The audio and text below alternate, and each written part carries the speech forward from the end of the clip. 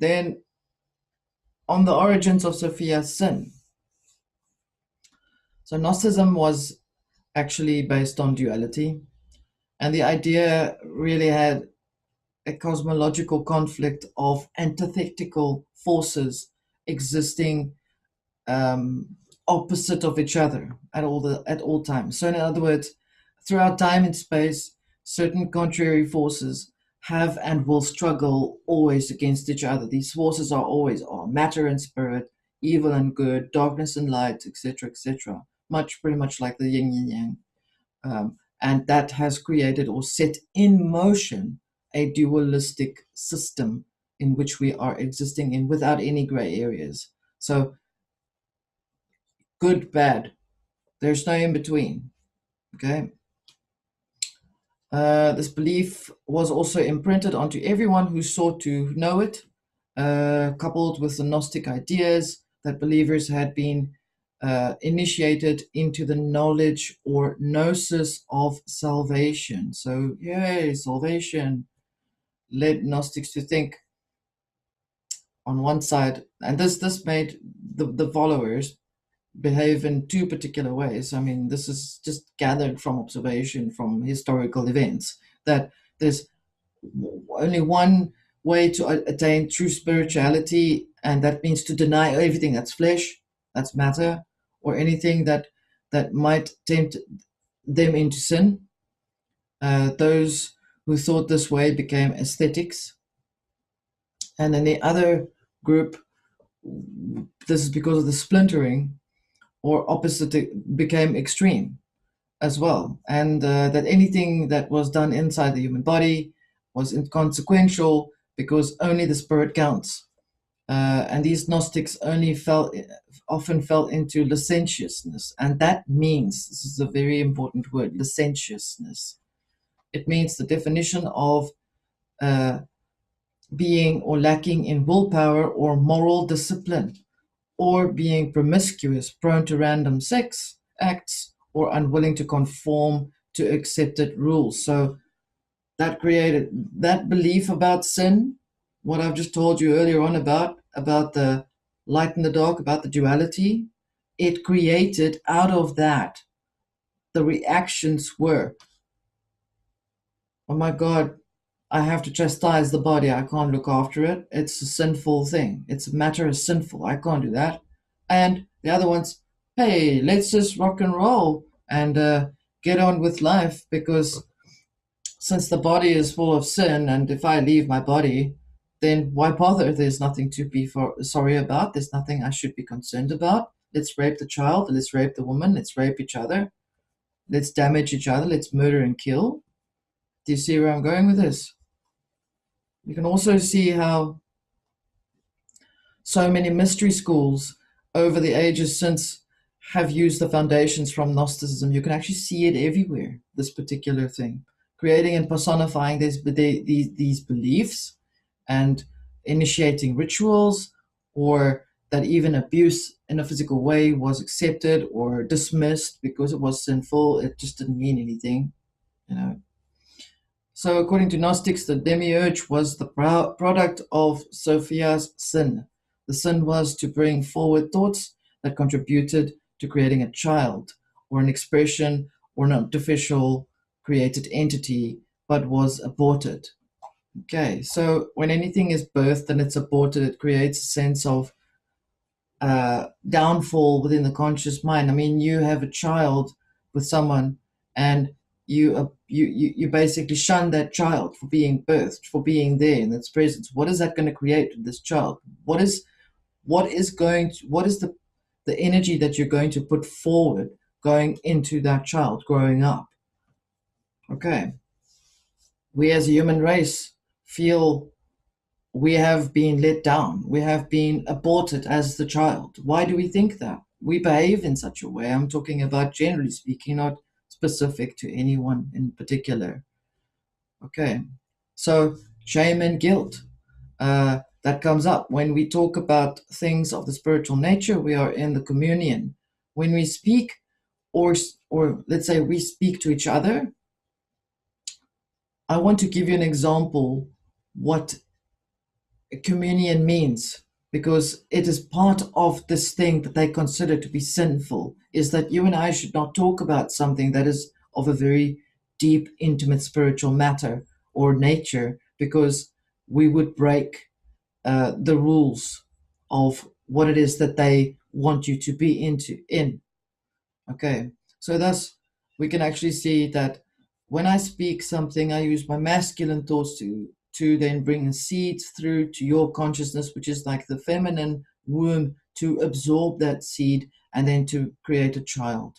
Okay, that is what it actually means, not a complete personification of something that's sinful and like wreaks absolute havoc with psychology, and you have no idea what to do, and you're complete chaos.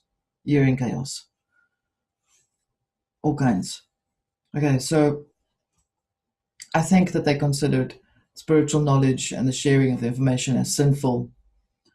So there's an ego presence involved in that as well. So another, and then breaking from away from them is another part of their group called the Sethian Gnostics. We then also referred to them as the fact that it's sinful. There was a sinful act committed in the rape of Sophia. So Sophia or Eve was raped. Okay, and now the twist and the division of philosophy is very important for you to take note of, because this has a very strong foundation for the way that people believe in everything today. Okay, so the ultimate end of all gnosis is metanoia, or repentance, and this means the undoing of the sin of material existence and returning to the pleroma. And I'll explain to you what the pleroma means. It's not exactly what you think it is. Maybe some of you do, but this sin is actually, in actuality, to become more fixed in the lower world and its material existence. And so, in other words, moving away from your higher consciousness, irrespective of the fact that you can actually get back on track if you stop and go within, because that is what we can do as a human race. The Kabbalists also give their little share on sin, and I had to put it in to mention to you that they consider sin as everything that is related to man. So man is sinful, but uses energy, uses sexual energy or ecstasy as part of their magical rites to say it's okay. No, okay, man is sinful, but we can have sexual magical rites because it just is so much more holier, or we're so much more holier than that. It goes to show that the magicians and the ones who bring information across to even their own kind propagate the same story. No wonder there's so much confusion taking place, even in the circles of the magical schools, mystery schools. They have no idea. It is not exactly. It is not as it seems to be. Nothing is, because of misunderstanding and because of misinterpretation, and then because of creating a thought and personifying a god and creating an unattainable idea. You lose track. You become less than because you give it belief. Okay, and it becomes a reality. It exists. It's like fake news. The more you believe in fake news, the more you actually start to create it, and the more you want to say, yeah, but it's true, because you created it.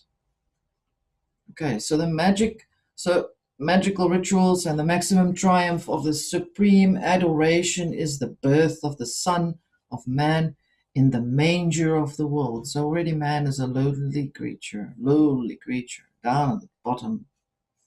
It's important to note that these are ideas being used to propagate personal philosophy. It's personifying the ability to think for yourself and for oneself. That if you deviate away from a specific idea which was put in place, that it is considered to be a sin. That's really what this is about. The personification and scare tactics that's been used in most religions and also documented in the oldest scriptures of the time. Be mindful of the mythological stories that we are often compelled to believe, because At any given time, we are always seeking to know. Our consciousness needs to know. We're going to look for everything and anything all the time. It's a good thing and a bad thing. So it's also stated that the Gnostics claimed a secret knowledge to which only a small segment of humanity could attain. I think this is what it means. Those who did were looked on as pneumatic. This is very important because I've taken this out in terms of the information given about the Gnostic beliefs. Okay, so those who did, so the Gnostics claimed a secret knowledge to which only a small segment of humanity could attain. Those who did were looked on as pneumatic or spiritual people. These people alone were led back to the light of the Supreme God. While the pneumatic enjoyed knowledge, a second inferior class, including the Old Testament prophets, were called psychic, people who could not proceed beyond faith. And then the remaining majority of humanity were called heilig, and those subject to matter, while the psychics were consigned eternally to an inferior destiny than that of the pneumatic. The heilig were considered hopeless and due to be utterly destroyed. It's very important that you see that that is exactly how they saw humanity. Okay. Historical figures such as Basilides, Anno Domini 130, held that every development of God and the world was a development upward from bottom up. And another guy, Valentinus, Anno Domini 150, like literally 20 years later, held that the development was really all from the top down. And the supreme energy would then be found in the middle. Okay. So man descends as a fallen angel to the ninth sphere, also from the Kabbalah information in the ancient mysteries, put together as the ninth sphere. I think we've all heard about that, which is all mysterious. But it really doesn't make any, it's not really something for you to really be focused on too much. It really is about just a quick reference. Well, this is what they said. A quick reference was made to test the supreme dignity of the holy teachers, unattainable such as Jesus, Hermes, Buddha, Dante, or Zoroaster, who had to descend into the ninth sphere in order to work and become holy through fire and water. So any authentic and legitimate initiations, that is where it began. So the ninth sphere has a darker attribution to it because it's related to human suffering and human testing and human perseverance and initiation. And where do we initiate? We see initiations in all these mystery schools, these magical schools that seem to be doing a lot of things. Okay, so in my opinion, the concept of sexual union and sin is often abused because it's again misunderstood. And so the fact that no one's bothered looking at it metaphorically or to look at it even deeper, I'm talking about that. Then they played a semantic game with the words. They loved playing with words. They're like little magicians. They used the word hamartia or sin and lawlessness, anomia. They considered hamartia to identify the transgressions of moral law, particularly sins of the flesh, such as sexual immorality, gluttony, drunkenness, and stealing. Whereas anomia, however, categorized or meant sins of the spirit, like rebellion, pride, vanity, and greed. Do you see the whole thread going on here? The sins that Satan committed, you see. They believed God, the eternal spirit, would look the other way if one committed hamartia, but committing anomia put one under judgment. Anyway, so when there are two people talking about something spiritual, like I've just explained to you, that is pretty much what that means. We speak about something that seemed to be a taboo subject because it has something deeper and spiritual. It means we've just committed a sin. Okay. So I think sexual energy is also energetic and holds certain patterns in place, especially if there's ritual or trauma involved. So it is irrelevant in what context it's done. But I think that this was like an open door for these things to come through. Uh, okay, so it's a case of knowing too much as also being sinful. Gnosticism, uh, the term is given to a philosophical movement because this is essentially what they are. They're a philosophical movement that flourished between 2nd century BCE and the 4th century BCE. And the reason I'm telling you this is to explain where they were, how long ago they've existed, and how much influence they've had over the entire world and its beliefs up until today, even though they may have splintered up. It's those who have recorded from them that information that have carried on replaying the misunderstanding and the personification of something that is misunderstood. Does this make sense? So, uh, Gnosticism placed the emphasis of life and salvation upon the obtaining of knowledge, or Greek gnosis, which was deemed truth. They deemed it truth, and removing ignorance or error. The movement itself was very splintered, as I've just said, and had multiple schools. Gnostic groups incorporated Platonic and Zoroastrian philosophies, and in the later first century CE, many of these groups incorporated Christian and Jewish thoughts and practices into their philosophies. So everything became a mishmash.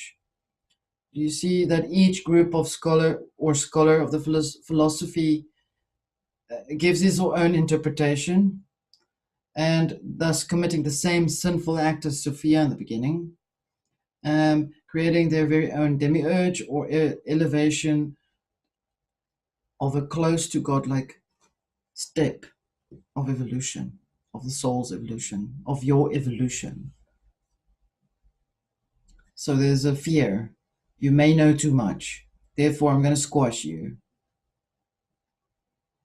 Every person has his or her own interpretation of their truth, and it became like chaos when and when we become so immersed in all of these his her truths, we lose truth and track of ourselves, and that then we are in our own chaos. So I give you a quote from Manly P. Hall. In ancient times, the problem of insight seldom caused difficulties. The religion itself was presented on several levels of interpretation, you see, and the earnest follower could advance as his understanding enlarged and matured. So, in more modern times, each of these levels became a distinct sect, and there is little or no continuity in the search for understanding further.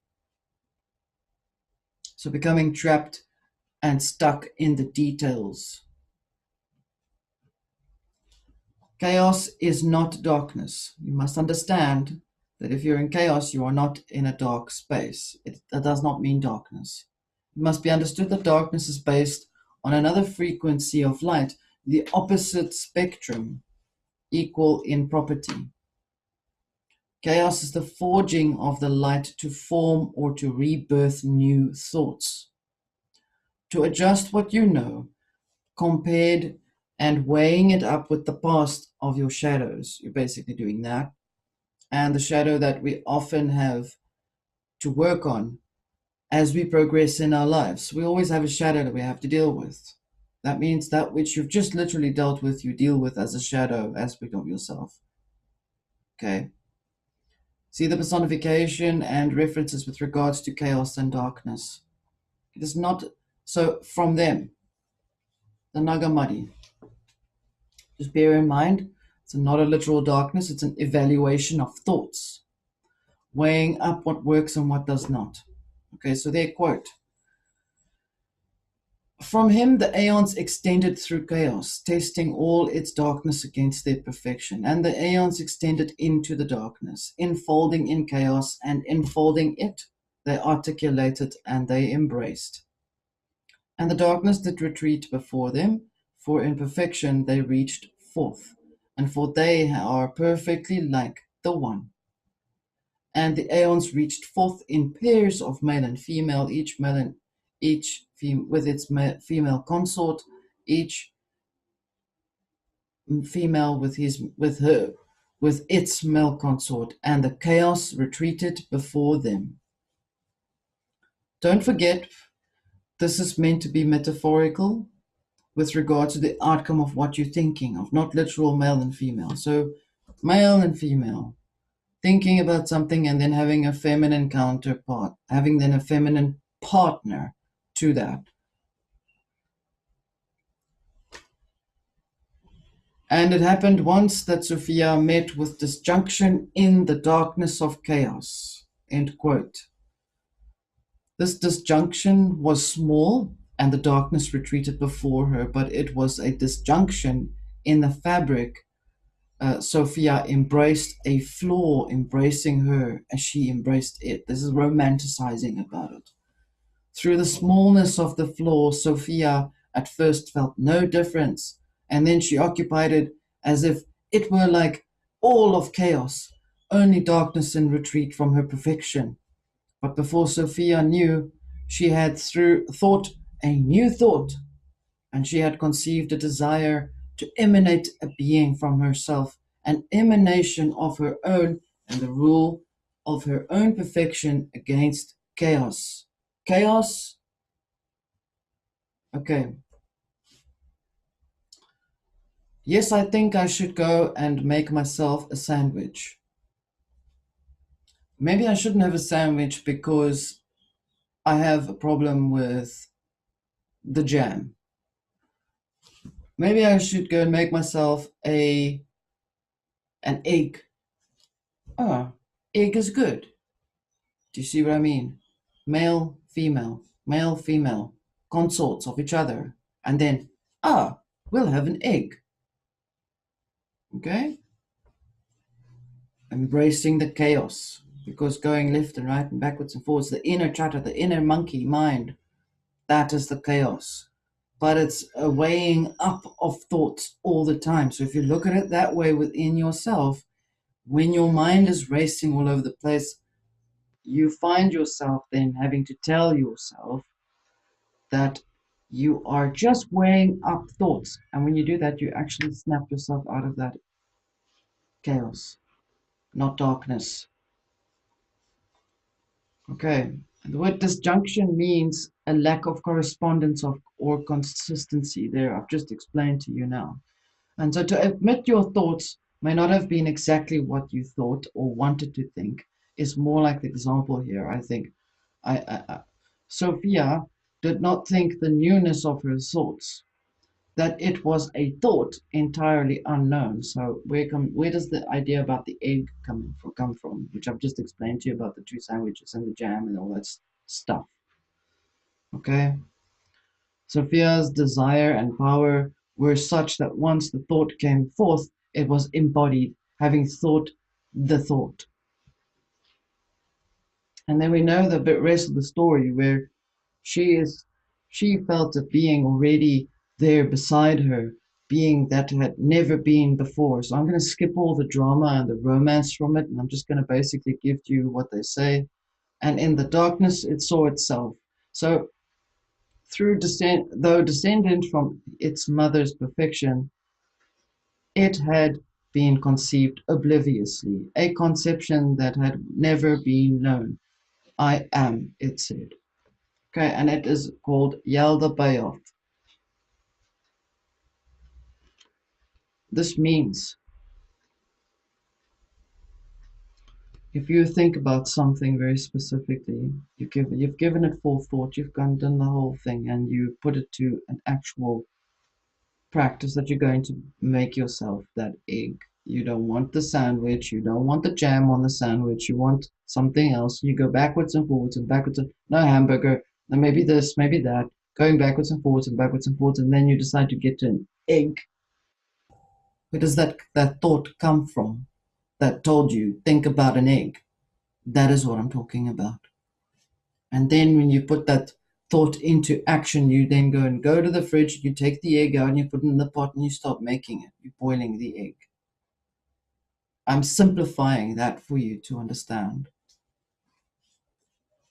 Then philosophy schools interfere again once more.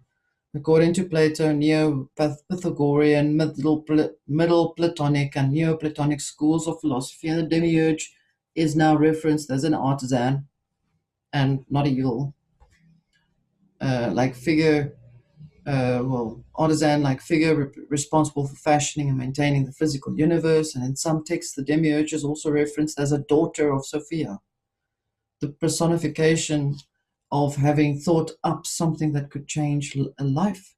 Speaking too fast, perhaps. Maybe you thought that if you invented something, that it might just be doing, it just might mean something good. It might be something worth it. Sophia exceeds the mythos of Lucifer as well, because they just bring that in as well and brand Sophia with Lucifer. Lucifer means because when you think and you bring your first creative thought to action, it becomes the light bringer or falls from your head, probably to your mouth or to your hands when you do that thing. Prometheus is also a good example of stealing fire from the gods to give to humanity, which means you're going to be talking about it now. So Lucifer as the light bringer means light bringer. Light bringer. Someone who speaks about spiritual things. But the personification about it, that it's malevolent and that is a malefic entity or god somewhere, is an interpretation of an anthropomorphizing of beliefs. Okay? Remember that it is metaphorical and that thoughts are personified. Sophia was part of the aeons, and aeons are the characteristics of the supreme consciousness or the levels of thought. Sophia may have even been a referenced metaphor for people who are always asking questions and because of their curiosity may have been seen as arrogant, sinful, Lucifer, bad dude. Don't ask so many questions. We can't answer your questions. Okay. And then we get to the Pleroma. Pleroma means light, or it defines the supreme consciousness. She gives birth after she rebelled in her own creativity, in her own creative ability, to the Demiurge as the expression of her sorrow and her anguish. The spiritual universe as the abode of God and the totality of the divine powers of emanation. Okay, it's not a physical place. The Pleroma is really the levels of awareness inside of you. We get the physical field, lowest in frequency, obviously, because it's the densest. It regulates the body, as seen in the image right now. We have the etheric field, the blueprint for the physical structure that it surrounds. There's also etheric human energy field for the soul. The emotional field regulates the emotional states of the organism. The mental field processes ideas, thoughts, and beliefs. Astral field, a nexus between physical and spiritual realms, free from time and space. Etheric template exists only on the spiritual plane and holds the highest ideals for existence. And the celestial field accesses universal energies and serves as a template for the etheric fields. And then the causal field directs lower level of existence. and then the aura. Okay, that's the pleroma. The pleroma. The demiurge is the inherited creation of a thought, and this leads to the revealing of the soul. So, what I'm trying to tell you is that the demiurge is essentially a soul. It's a name for soul. It's not a personified aspect. It's not a god. It's not something that's physical, yet it has a physical influence on the planet. But the name Yaldabaoth or Demiurge is a name or a personified reference for soul as its entirety.